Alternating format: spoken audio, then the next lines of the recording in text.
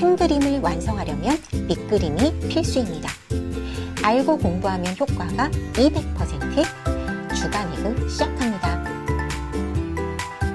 안녕하세요, 에그쌤입니다. 이번 주간이그에서는 1단계 1호의 학습에 대한 안내를 드릴 거예요.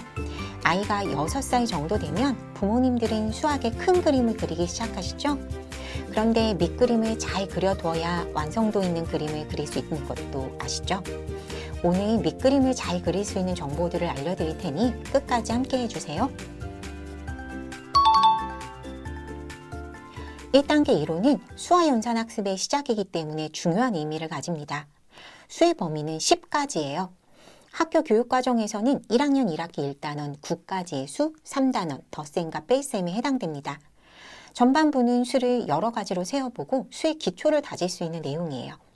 수세기, 수 읽고 쓰기, 수의 순서, 수의 크기 비교 학습을 하고요.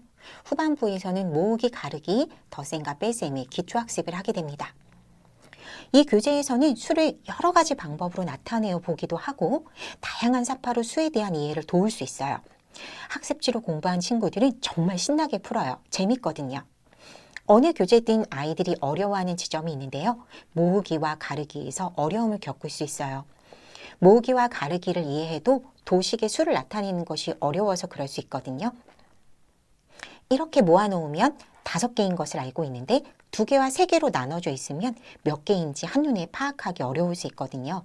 2개와 3개, 1개와 4개. 이게 모두 5개라고 생각하기 어려울 수 있는 거예요. 세어보면서 모아놓거나 모둠을 나누어 놓거나 전체의 개수가 같다는 것을 알게 하면서 학습하도록 해주세요. 이 부분은 뒤에서 좀 더 자세하게 이야기를 드릴게요.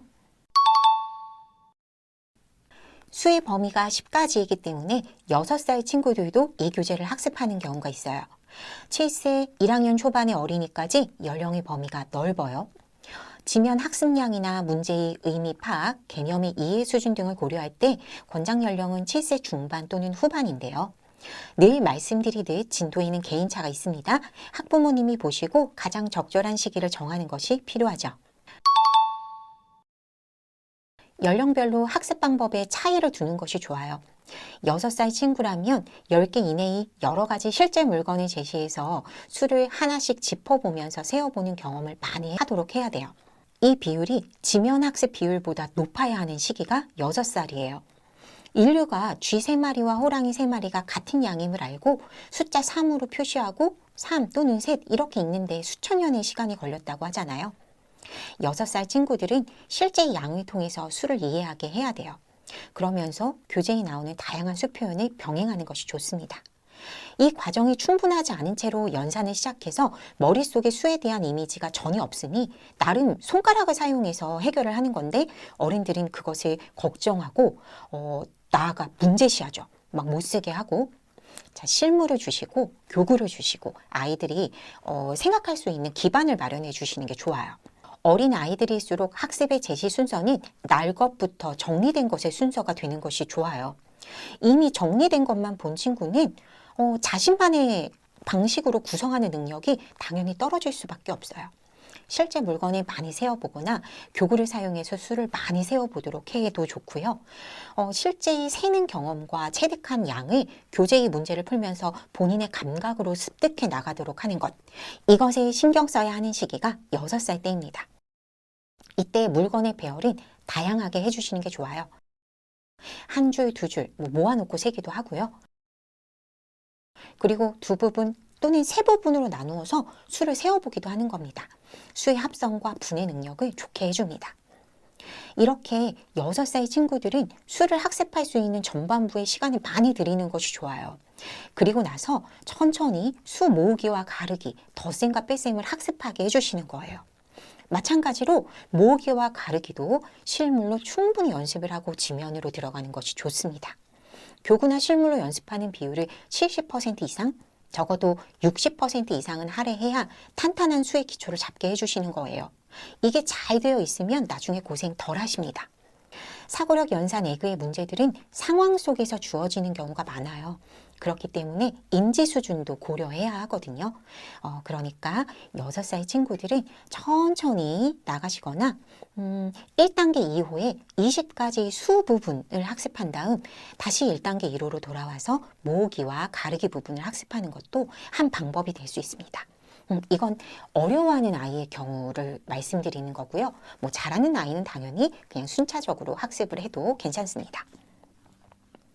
7살 친구는 6살보다 지면 비율을 좀 높여주셔야 하죠. 1학년 입학해서 시험을 보면 아는데도 문제 의미 파악을 못해서 틀릴 때가 많으니까요. 물론 7살 친구들이라도 실물 교구 사용 비율이 50% 이상 되는 게 바람직합니다. 학교 가야 하니까 막 마음이 급해지고 학습량을 늘려야 돼. 이렇게 생각하셔서 막 문제집만 계속 풀게 하시는 것보다는 실물이나 교구를 사용해서 직접 놓아보고 빼보면서 해결하도록 하는 게 바람직합니다. 수세기 기초가 잘 안 되어 있는 친구들, 세고 또 세는 친구들, 세야 되는데 빼먹고 세는 친구들 있거든요. 7살 되기 전에 머릿속에 수에 관한 이미지를 가질 기회가 없었던 친구라면 6살 친구들과 같은 방법으로 하는 것이 나아요. 학습량은 6살보다 늘리되 같은 방식으로 학습하는 거죠. 초등학교 1학년 초반의 친구라면 학교 진도를 고려하면서 학습을 해야 되니까요. 하루 학습량을 정해주시는데 학교 진도보다 약간 앞설 수 있게 학습량을 늘려주시는 게 좋고요. 어렵거나 시간이 걸리는 부분은 융통성 있게 조절하시면서 양을 조절하시면서 꾸준히 하시는 겁니다. 1학년 어린이라고 하더라도 수에 관한 이미지를 머릿속에 갖지 못했다면 실물을 사용해서 문제를 해결하는 시간을 늘려주셔야 해요. 그러니까 수가 가진 의미를 알게 해주시고 모으고 가르는 과정에 대한 이해를 충분히 할 수 있는 기회를 주시고 그리고 덧셈과 뺄셈의 의미 이해에 좀 더 포인트를 두고 문제 해결 속도가 너무 늦지 않는 정도로 체크해 주시면서 진행을 해 주시는 게 좋습니다. 오히려 1학년 친구들이 스스로 문제를 이해하면서 수월하게 해결해 나갈 수 있는 시기이기 때문에 주도적인 학습 습관을 잡아나가면서 학습하는 데는 오히려 득이 될 수 있어요. 저는 학부모님들께 먼저 시작했다고 먼저 도착하는 게 아니라고 늘 말씀을 드려요. 빨리 가도 멀리 못 갈 수 있어요. 지쳐가지고. 자, 단거리 달리기에서는 출발선과 스타트가 중요하죠. 그런데 마라톤에서는 자기 페이스 조절이 가장 중요합니다.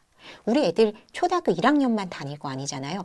큰 그림을 완성하려면 남과 비교하는 것보다는 학습해야 할 내용이 무엇인가 이걸 정확하게 알고 그에 맞춘 학습 과정을 아이에게 제시하는 게 필요해요. 내 아이를 가장 잘하는 게 어머님이시잖아요. 그죠? 학부모님이시죠. 그래서 기초학습에 관련된 이야기를 학부모님들께 유독 많이 드리게 되네요. 이번 편도 그래서 드릴 말씀이 참 많습니다.